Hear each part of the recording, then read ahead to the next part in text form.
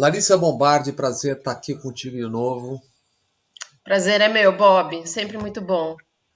Larissa, estamos aqui desde que o canal entrou no ar, há 4 anos, caminhando para 5. Eu te pergunto o Uhum. seguinte: como está o Brasil hoje na questão do uso de agrotóxicos? Venenos. Caótico, eu diria, tá? Eu diria que a gente vive um quadro trágico, Bob. A gente vem falando há muitos anos, mas a conclusão mais recente que eu posso dar, se eu puder fazer um panorama dos últimos anos, eu vou dizer tudo piorou.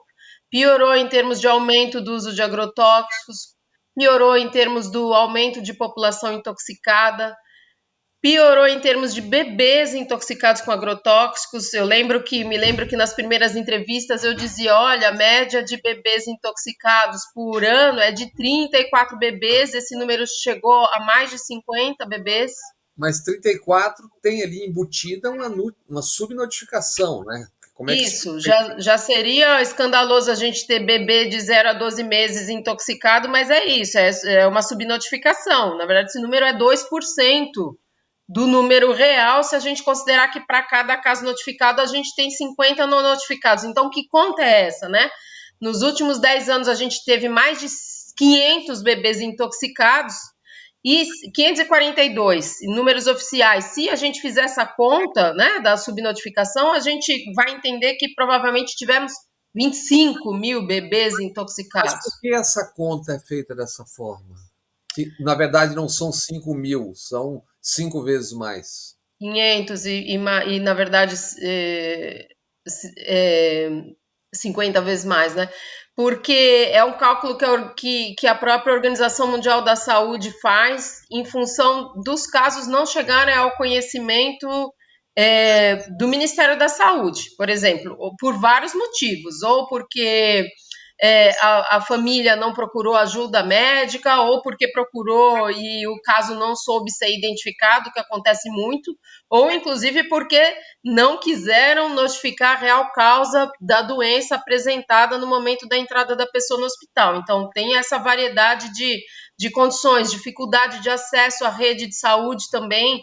Então, tem um quadro, claro, que muda regionalmente, mas o cálculo do Ministério da Saúde é esse: um notificado para 50 outros não notificados. Outro dia eu publiquei até um dos comentários citando a doutora Silvia Brandalize, que é uma Uhum. oncopediatra de 80 anos, conhecidíssima, importantíssima da Unicamp, e ela diz com todas as letras: estamos bebendo inseticida, comendo inseticida e respirando inseticida. Como é isso? Uhum.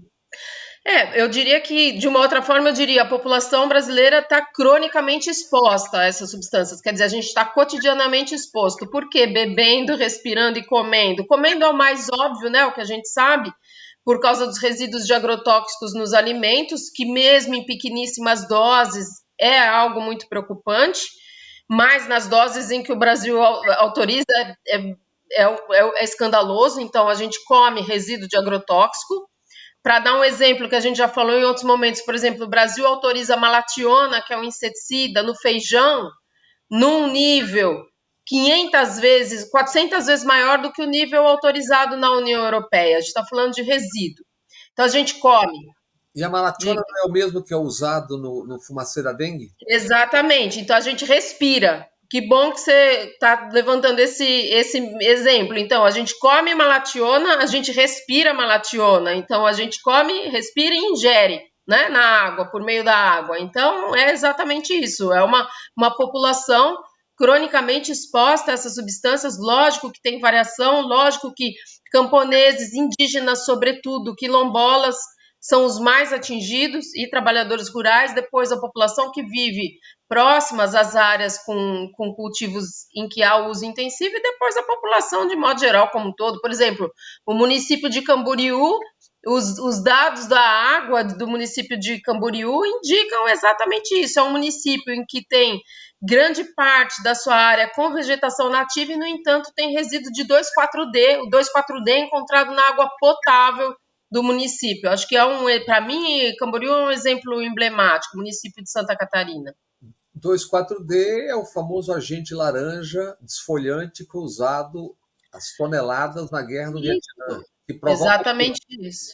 E provoca o O quê? 2,4-D está associado a vários tipos de doença, inclusive câncer e malformação fetal. O Vietnã é o Brasil, digamos. A gente tem um Vietnã no Brasil em termos de exposição a esse desfoliante químico e todas as doenças decorrentes disso, por exemplo, abortos sucessivos. Eu vou fazer uma comparação. No Vietnã, há casos de casais que tiveram que enterrar 12 bebês é, e que jamais puderam criar um filho. E no Brasil, a gente tem, no Mato Grosso, por exemplo, mulheres que apresentaram abortos sucessivos em função da exposição a agrotóxicos, num artigo muito interessante, publicado no livro organizado pelo professor Vanderlei Pignatti, da Universidade Federal do Mato Grosso. Então, o Vietnã é o Brasil, Bhopal, na Índia, esse caso, né, esse acidente, esse crime ambiental que a gente relembra todo dezembro, né? Que foi esse desastre em que uma indústria americana em Bhopal, na Índia, derramou agrotóxicos e até hoje tem população sofrendo em função disso, é o que ocorre no Brasil cotidianamente, é disso que se trata. A malationa do feijão, qual é o problema dela de saúde? A malationa ela pode estar associada a câncer e malformação fetal, por exemplo. Então, e disrupção endócrina, quer dizer, alterações hormonais em função da ingestão dessa substância. Então, mas eu vou ressaltar o caso do câncer. Por que eu vou ressaltar o caso do câncer? Porque em 2015, a Organização Mundial da Saúde ela indicou tanto o glifosato quanto a malationa como potencialmente cancerígeno para seres humanos. Então, e esse potencialmente é porque a gente não pode ser alvo de pesquisa, tá certo? Então, isso significa potencialmente cancerígeno para seres humanos, comprovadamente cancerígeno para animais mamíferos. Então, uma criança. Se sabe que os mamíferos têm câncer e como nós não somos testados, é potencialmente, é isso. É isso, isso. Então, uma criança no Brasil que come 400 vezes mais resíduo de malationa no feijão do que uma criança na União Europeia está suscetível a desenvolver câncer de uma forma 400 vezes maior do que uma criança na União Europeia.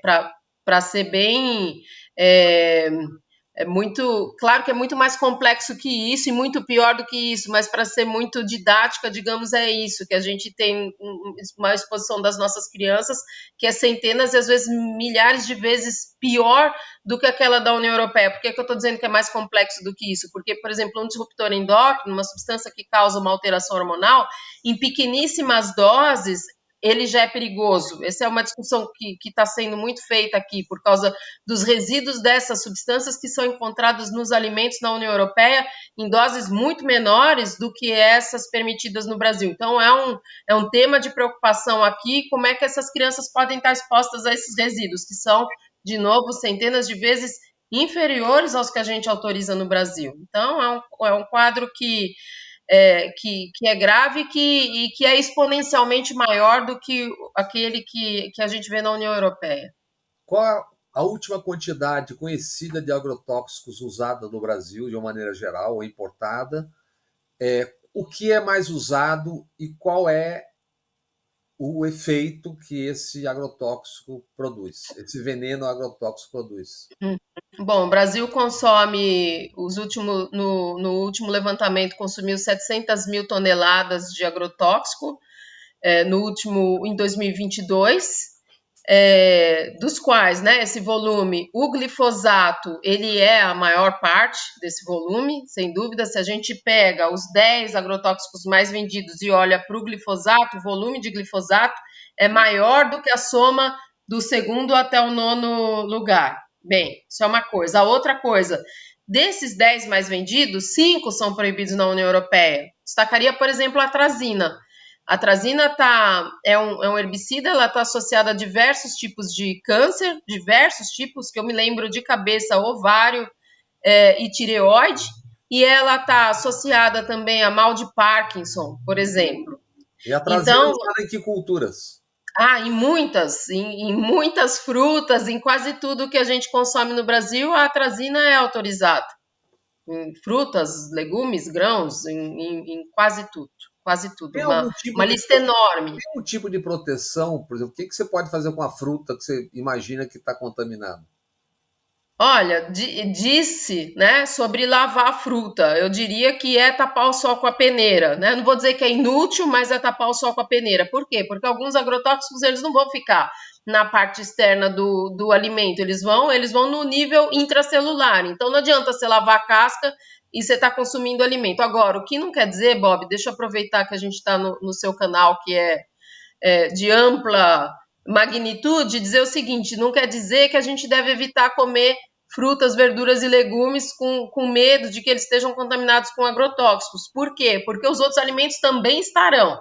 Então a gente não deve evitar consumir frutas, verduras e legumes. Por que que a gente no Brasil tem esse imaginário de que os agrotóxicos estão nas frutas, verduras e legumes? Porque são eles que são avaliados. Então, O resto não. o resto tem anos em que a gente não tem, por exemplo, revisão da soja. Tem anos em que a gente não tem, por exemplo, a avaliação do glifosato e do 2,4-D, que são os dois agrotóxicos mais vendidos. Então, o monitoramento feito no Brasil, ele é muito, ele não Está é em inglês, está em tímido. inglês mesmo. É isso, ele é insuficiente, ele é incipiente, ele é pífio, digamos assim, entende? E tem um problema, é claro que é importante que ele deve ser aumentado, mas tem um risco que é justamente esse, da gente falar, não, eu não posso comer pimentão, couve, porque são os piores, mas a gente não sabe exatamente o que acontece no macarrão, no pão e nos outros alimentos. Então é importante que a gente não deixe de Por que no consumir macarrão? alimentos frescos. Por causa do trigo, por exemplo, Ah, ou no pão, porque por causa da tendência de buscar então algo industrializado. Não, aquecer um grão não vai fazer sumir o glifosato, entende? O movimento de cocção não vai fazer com que isso suma. qual é a quantidade de glifosato que o Brasil usa e em que lavouras? Sobretudo na soja, o Brasil usa, sobretudo na soja e no milho. Por que que eu estou dizendo isso? Porque a gente tem hoje no Brasil mais de 90% do cultivo de soja sendo feito com sementes transgênicas. Em geral, essas sementes transgênicas são sementes que foram alteradas geneticamente para receber um herbicida. Nós estamos falando E, basicamente do Roundup, que é um herbicida da Bayer, Monsanto, que acaba de ter que pagar mais 1,6 bilhão para 4 pessoas dos Estados Unidos e que paga desde há 2 ou 3 anos 10 bilhões e 900 milhões de dólares a 125 mil pessoas nos Estados Unidos por câncer, malformação fetal, etc., hormônio, etc. É isso? uhum, é isso, exatamente esse. O que tinha esse nome, a Monsanto comercializava com esse nome, né? Roundup, e cujo princípio, o ingrediente ativo o nome é o glifosato, esse que a gente está falando tanto aí Que é, quantidade que é usada no Brasil e em que escala isso é usado na, na água? na água a gente autoriza um resíduo de glifosato no Brasil 5.000 vezes maior do que o resíduo de glifosato autorizado na União Europeia. Centenas de milhares de toneladas ano no Brasil. Bem, o glifosato é o mais vendido no Brasil, então o volume de glifosato é maior do que a metade do volume total de agrotóxicos usado no Brasil. O que isso significa? Que no último ano foi consumido mais de 700 mil toneladas de agrotóxicos, das quais 350 mil correspondem ao glifosato. Você já fez, acho que se não me engano, 2 atlas e acaba de lançar há pouco um terceiro livro. O que foram esses atlas?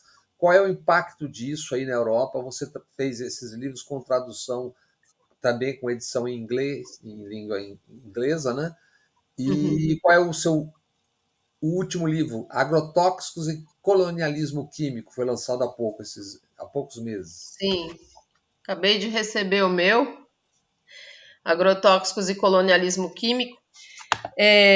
Enfim, digamos que posso dizer até que é É uma tríade, né? De um primeiro atlas que chamava Geografia do Uso de Agrotóxicos e Conexões com a União Europeia, publicado em 2017 em português e daí em 2019 em inglês aqui na Europa. Depois, em 2021, eu publiquei um atlas chamado Geografia das Assimetrias, Círculo de Envenenamento nas Relações Comerciais Mercosul-União Europeia. E, finalmente, esse, pela editora Elefante, Agrotóxicos e Colonialismo Químico. Que é um livro pequeno, que a ideia era essa, é um projeto editorial para algo que seja curto e de fácil circulação. E nesse livro tem um QR Code em que o leitor consegue acessar todo o conjunto cartográfico de mais de 300 mapas. Enfim, é uma atualização cartográfica também do trabalho anterior e um mergulho, digamos assim, numa interpretação teórica de como é que a gente compreende o uso de agrotóxicos no mundo hoje, por que o Brasil é um dos maiores consumidores, por que a América Latina é o continente, né, a parcela do mundo em que mais cresceu o uso de agrotóxicos, qual é a lógica disso? Então, Qual é a lógica disso? a lógica disso é que a gente está vivendo um outro momento do capitalismo em que ele avança na agricultura depois da Segunda Guerra Mundial de uma maneira em que antes nunca havia sido possível. Essa é a lógica disso. Então, hoje, esse capitalismo financiado pelos bancos, ele avança sustentando indústrias que vão se apropriar disso que a gente chama de renda da terra, daquilo que a terra produz. Então, essas indústrias vão avançando, impondo uma monocultura em boa parte do planeta, por meio daquilo que eu chamaria de oligarquias locais. Então, não é à toa na América Latina, né? Na América Latina, a gente tem essa trágica história da propriedade da terra concentrada nas mãos de uma... Falar em minoria é uma piada, né? De 1%, digamos, dos proprietários, que destinam simplesmente as terras do país a se converterem num plantel de soja, por exemplo. Quando a gente Então, come soja, as pessoas, mas eu não como soja. Como é que as pessoas comem soja sem nem perceber? comem de muitas formas. Primeiro, óleo de soja, que nunca foi uma tradição no Brasil e passou a ser imposto a partir do golpe militar de 64, quando os governos militares passaram a impor, digamos assim, a favorecer o cultivo de soja. Então, passou-se a cozinhar com óleo de soja. E depois a soja está presente em praticamente todos os alimentos industrializados, mesmo aqueles em que a gente não imagina pão integral, por exemplo, biscoitos, toda forma de biscoito, rações para pet, ela está presente em praticamente todos os alimentos industrializados. Então, sem saber, né, a gente consome soja e o óleo de soja, hoje no Brasil, é a principal gordura utilizada na cozinha. E o que dizer quando repetem o Brasil é o celeiro do mundo? O Brasil não é o celeiro nem do Brasil. A realidade é essa, né? O Brasil é um país que é campeão em safra de grãos, maior exportador mundial de soja, primeiro ou segundo maior exportador de milho e não alimenta nem a própria população. A fome dobrou no Brasil nos últimos anos, como a gente sabe, então o Brasil não é celeiro nem do Brasil. Isso é uma piada de mau gosto. E essa exportação de grãos, por exemplo, a soja, é para alimentação humana, não? Sobretudo para alimentação animal. Sobretudo para alimentação animal. Então, quando a gente olha, por exemplo, a pauta de exportação do Brasil e do Mercosul para a União Europeia, justamente o que aparece em primeiro lugar? Os grãos para alimentação animal. Grãos e farelos para alimentação animal. Então, realmente é uma agricultura que não nos alimenta, que alimenta os porcos na Europa, na China e no resto do mundo. E eu fico sempre vendo sendo citado centenas de bilhões da exportação. Dessa exportação, do ponto de vista de retorno, o que objetivamente volta para o Brasil, do ponto de vista de imposto, por exemplo? Quase nada, porque tem todas as formas de isenção fiscal para as exportações agrícolas, por exemplo, assim como a gente também tem para os agrotóxicos, não representa nem recolhimento de impostos. Então, é uma tragédia ambiental, é uma tragédia financeira, a gente poderia dizer também. Há uma conta, por exemplo, feita pelo Marcelo Firpo, da Fiocruz, e um colega, que mostra que para cada dólar gasto no Brasil com agrotóxico, gasta-se $1,20 no SUS, para cuidar dos casos de pessoas contaminadas. Então, é um desastre ambiental, humano e financeiro. Você, você cita também recentemente, você fala em arma química. O Brasil está usando uma arma química. De que forma essa arma química está sendo usada e em relação a quem? Principalmente em relação aos indígenas, mas também quilombolas, trabalhadores rurais. É uma arma química porque muitas vezes os aviões de pulverização aérea, né, de pulverização agrícolas de agrotóxicos, os proprietários rurais lançam esses agrotóxicos sobre terra indígena, por exemplo, ou sobre assentamentos rurais, para tentar intimidar e expulsar os indígenas ou os quilombolas ou os camponeses de suas próprias terras. Tem inúmeros casos no Brasil. Então, a arma química nos conflitos fundiários, porque a gente está falando de conflito fundiário, da tensão entre essa tentativa do avanço desses cultivos do chamado agronegócio e a resistência das comunidades indígenas, dos quilombolas, dos camponeses em suas terras. Tem dois exemplos muito emblemáticos, um no Mato Grosso do Sul e outro de indígenas que foram pulverizados. O caso foi à Suprema Corte e foi comprovado de que essa pulverização era criminosa e houve uma indenização. E também no Rio Grande do Sul, num dos assentamentos, Nova Santa Rita, em que os assentados foram pulverizados. E tem inúmeros casos, Sem, inúmeros. sem contar o que não foi proposital e que terminou prejudicando a safra de uva do Rio Grande do Sul há pouco tempo. Isso. E o que é muito interessante, por exemplo, a Terra de Direitos tem levantado isso, também uma questão da violação ao direito reprodutivo das mulheres, em função dessas pulverizações, da maneira como isso chega. Justamente por causa dos abortos involuntários. Eu não vou chamar de espontâneo, porque é muito leve usar essa palavra para algo que não é natural. Então, os abortos involuntários, as malformações e todas as dores que são resultado dessa exposição. Você está falando disso e o que acontece, para ser bem claro do que nós estamos falando e no nível que nós estamos falando, o que acontece com o anticoncepcional feminino usado aos milhões? Uhum. Qual é a resultante disso? Eu vou falar como uma pesquisadora que escutou, mas não como uma pesquisadora que estudou o tema. Eles são secretados pela urina, né? Os anticoncepcionais, eles são secretados pela urina, e esse hormônio ele vai parar nas águas e nem no tratamento, nas águas dos rios. E a água que a gente bebe, ela vai conter esses hormônios, porque o sistema de tratamento não tira hormônio, não tira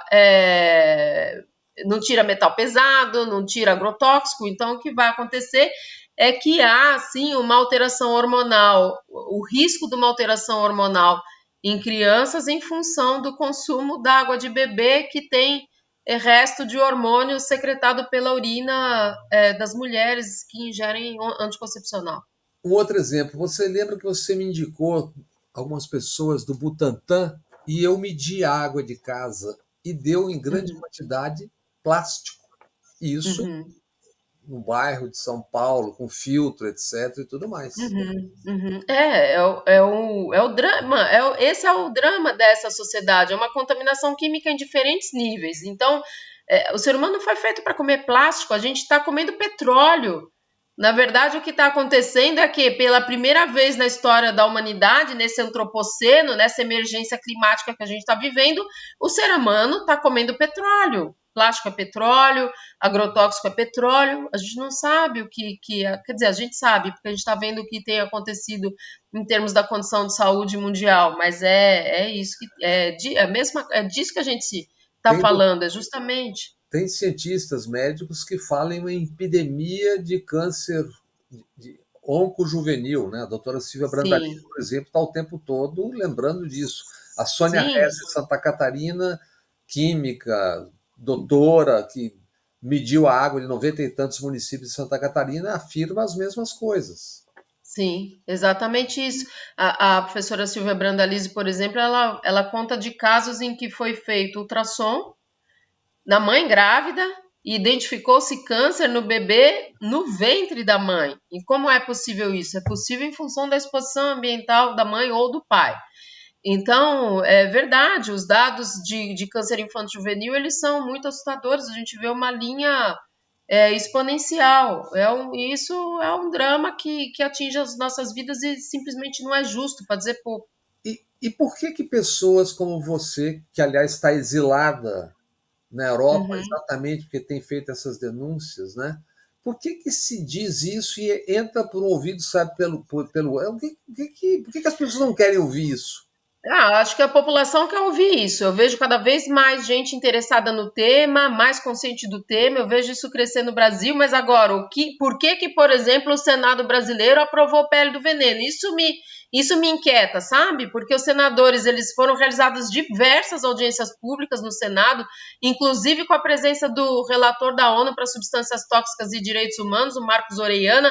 Todos os cientistas em uníssono, aqueles que não são financiados pela indústria, obviamente, mostrando o desastre que seria isso, e a gente vê o PL do veneno sendo votado quase por unanimidade. Isso me causa uma indignação sem tamanho. Então, como é que o Lula pode, como é que esse governo, o Lula só pode vetar esse PL do veneno? Não tem outra saída séria para um governo que quer abraçar uma pauta ambiental. A gente, vivendo emergência climática e o Brasil autorizar uma lei que revoga a nossa lei de agrotóxicos, 30 anos depois, com o argumento de que ela está ultrapassada e, na verdade, não toca nas questões que seriam mais importantes de serem tocadas, como, por exemplo, permitir, obrigar que o registro de agrotóxicos seja circular, quer dizer, que seja periódico, que ele tenha um limite. A gente não fez isso. A gente não proibiu a pulverização aérea. E a gente não limitou os agrotóxicos chamados HHPs, quer dizer, altamente perigosos. Então, para que serve isso? Então, é um projeto que revoga a lei de agrotóxicos e não avança, ao contrário, prioriza o Ministério da Agricultura nas decisões a respeito do uso da autorização. Então, é uma tragédia que, nesse momento, só o Lula pode evitar, nesse momento. Uma rendição à maioria do Congresso, que obviamente é a favor disso, né? Mas uma rendição de todos os partidos, Isso, praticamente todos os partidos. todos. Então, é uma vergonha, é um lobby das indústrias de agrotóxicos e, obviamente, também dessa oligarquia. Eu vou chamar de oligarquia porque é exatamente disso que se trata, né? De uma pequena classe que controla a terra e decide os destinos da nação, inclusive daqueles que não estão necessariamente atrelados a essa temática. Como diz meu colega Marco Antônio Mitidiero, da Universidade Federal da Paraíba, o Brasil é um país urbano com um congresso onde a bancada ruralista é dominante, né? Com um congresso onde majoritariamente o que a gente vê são os interesses dessa pequena parcela que controla as terras. Então, é uma oligarquia, é uma E, oligarquia. e vocês, que eu digo vocês, eu digo o setor que você trabalha, como é que conversaram com a ministra Marina?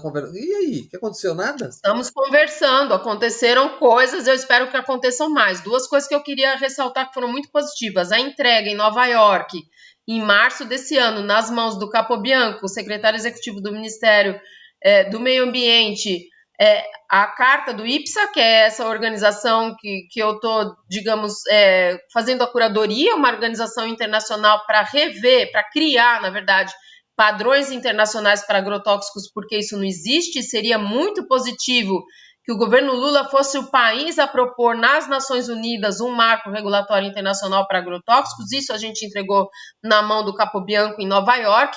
E o ministro Paulo Teixeira do Desenvolvimento Agrário organizou um workshop sensacional agora, a sua equipe organizou em outubro de 2023, trazendo a comunidade médica, não os que já trabalham com esse tema, né? O grupo da saúde coletiva e saúde do trabalhador já está trabalhando há muitos anos, mas trouxe outras áreas, outras especialidades para sentar e ouvir, inclusive assentados. Tem uma moça que veio dar o seu depoimento, assentados que sofreram pulverização aérea em suas cabeças. Então, tem a coordenação do professor Fúvio Scorza, da Escola Paulista de Medicina, que é um cientista, um neurologista que é um expoente na universidade brasileira, não só no mundo, e está organizando essa forma também de democratizar a ciência. Então, tem um comprometimento, criou o GEA, que é um grupo de especialistas voltado para promover a agroecologia e a redução e a discussão da redução de agrotóxicos e transgênicos. Então, tem algo vindo, aflorando, então a gente vê isso no governo, mas, por outro lado, tem algo muito obscuro. Ou muito Precisamos escolher um claro, caminho. qual é o poder de uma mensagem bombardeada todos os dias em horário nobre, dizendo o agro é pop, o agro é tudo, o agro está na Globo? Isso eu acho boa essa palavra, um bombardeamento, né? Porque é no campo das ideias, nada se constrói se não tiver respaldado nos nossos corações e mentes, né? É justamente isso. Então, é algo que é bombardeado na população o tempo todo e cria-se uma representação daquilo que é bom, entre aspas, né? E é um problema isso, porque é um gigante, digamos, bombardeando cotidianamente, várias vezes ao dia, a população, que escamoteia todo um risco ambiental e humano. Você falou de corações e mentes e tem uma coisa subliminar, por exemplo, aqueles programas do verão agora, de janeiro, esse janeiro agora, BBB, cheio sempre de agroboys. As telenovelas, cada vez mais, acabando Terra e Paixão e entrando agora Renascer, que é outra novela do mundo rural, e Pantanal e tantas outras. E a música Sim. sertaneja. Então é uma construção, na verdade. É uma construção que num primeiro momento, né, no Brasil, tem um trabalho muito lindo da Márcia Nakshara, que é uma historiadora que se chama Estrangeiro em Sua Própria Terra. A primeira representação que se fez da população rural no Brasil, claro, feita a partir do urbano, foi algo pejorativo. Então, a ideia, entre aspas, do Jeca Tatu, do Isso. sujeito que é ignorante, que é inculto, que não tem higiene, todo esse repertório, inclusive nas novelas, isso era. Quem era o camponês? Era um sujeito de Mazzaropi. rude, isso, Mazzaropi, então toda uma coisa pejorativa para quem sempre cultivou os alimentos que a gente veio comer.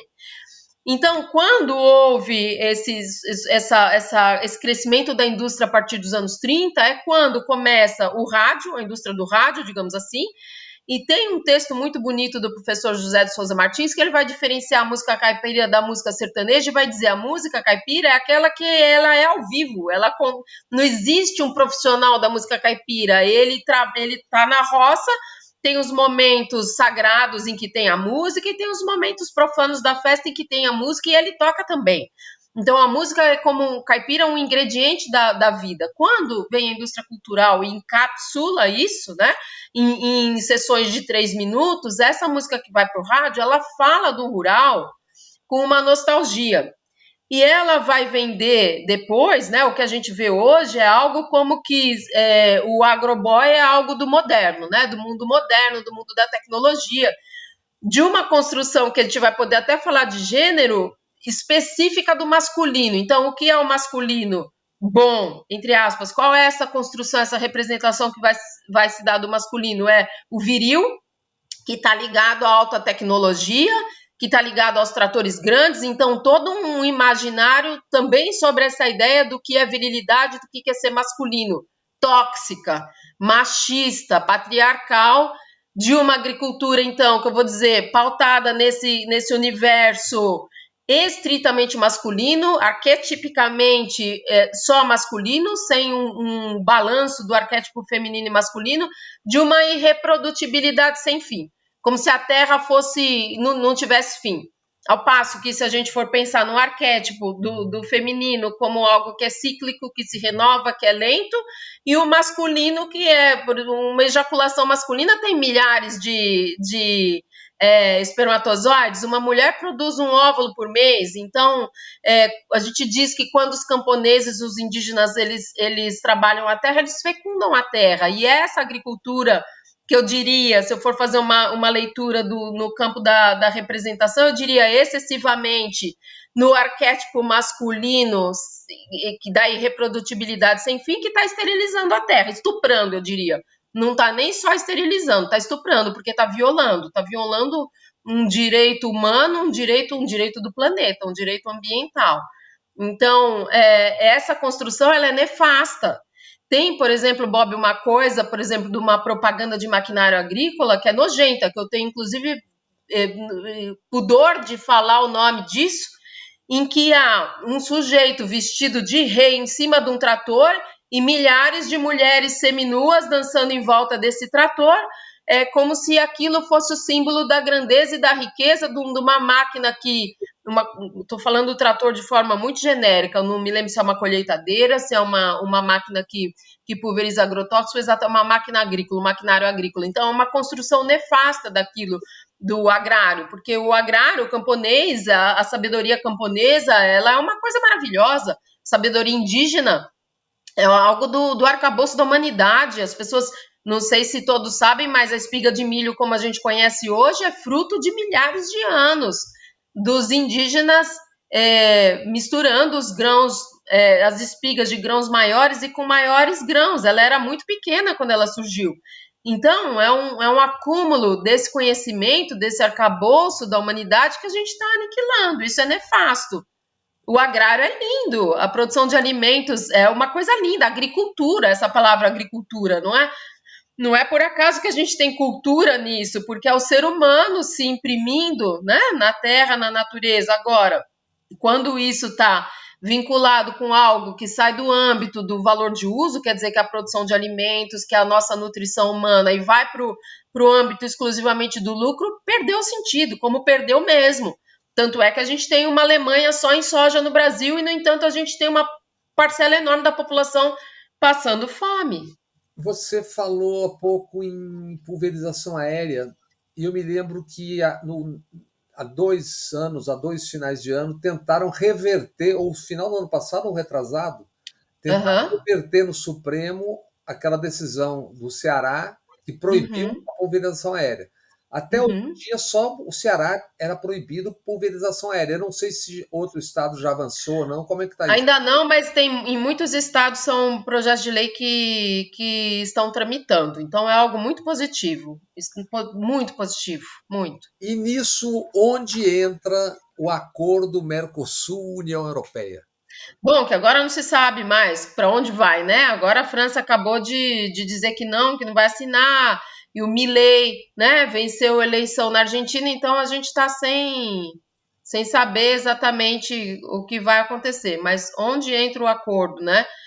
É, se for, vamos dizer, realmente assinado e passar a valer, seria um desastre, né?